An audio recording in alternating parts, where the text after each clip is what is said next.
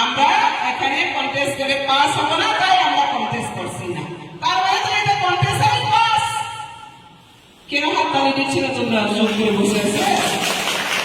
Contest ছাড়া pass, box নগর আর ধনপুর কোন BJP প্রতিপক্ষ হিসাবে বা বিরোধী দল হিসাবে চিহ্নই নাই। তাহলে আমরা চোখ বুঝে ঘুমে এখানে পাস হচ্ছে। তীব্রতা যারা বিজেপি বিরোধিতা করছে তারা এখন দালালি করে খাচ্ছে, দালালি করে খাচ্ছে।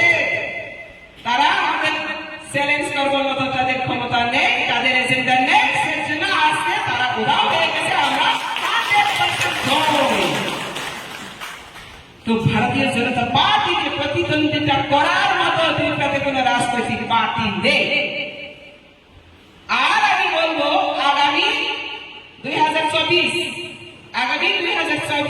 যে লোকসভা ইলেকশন, এই ইলেকশনেরও বিজেপি এইভাবে পাস হবে। সংখ্যা গরিষ্ঠতা, ভোট গরিষ্ঠতা, দুইটা লোকসভা আমরা 100% আবার পাস করছি। সারা ভারতবর্ষে আবার বিজেপি গঠন করছে। এবং 2023 পরে আবার কবে আসবে বিধানসভা ভোট?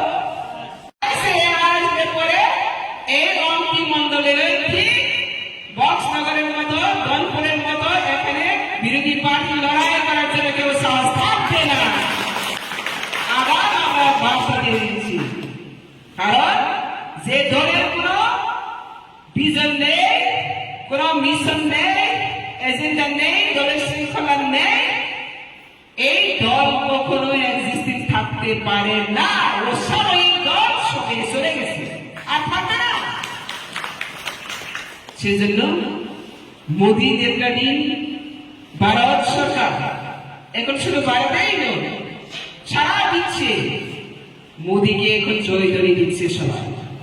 মোদী লিডারশিপ কি ভারতবর্ষ অনেক পিছিয়ে ছিল স্বাধীনতা ভারতবর্ষের পর, কিন্তু আজ মোদী বসার পর ভারত এগিয়ে যাচ্ছে। বিশ্ব রাজনীতিতে তিনি চতুর্থ স্থান দখল করবে, তৃতীয় স্থান দখল করবে, প্রথম স্থান দখল করবে। সেজন্য ভারতীয়রা একদিন বলেছিল ভারত জগতের সবার শ্রেষ্ঠ আসন লবে। এটা একটা ভিজন ছিল না? এই ভিজনটা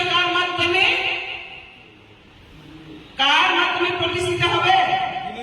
নরেন্দ্র মোদী ভারতবাসীর স্বপ্ন দেখেছিল জগতের সবার শ্রেষ্ঠ আসন লওয়া। কিন্তু এই যে স্বপ্ন, এই যে গান, এটা কবেকার গান? অনেক বছরের গান। এই স্বপ্নটা এখন বাস্তবায়ন হতে চলছে।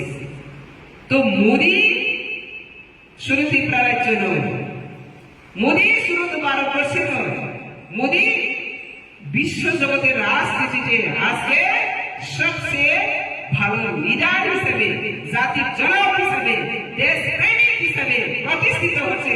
সেজন্য আমরা আজ মোদী নেতৃত্বাধীন সরকার ভারতীয় হিসেবে আমরা প্রাউড। তো সেই জায়গায়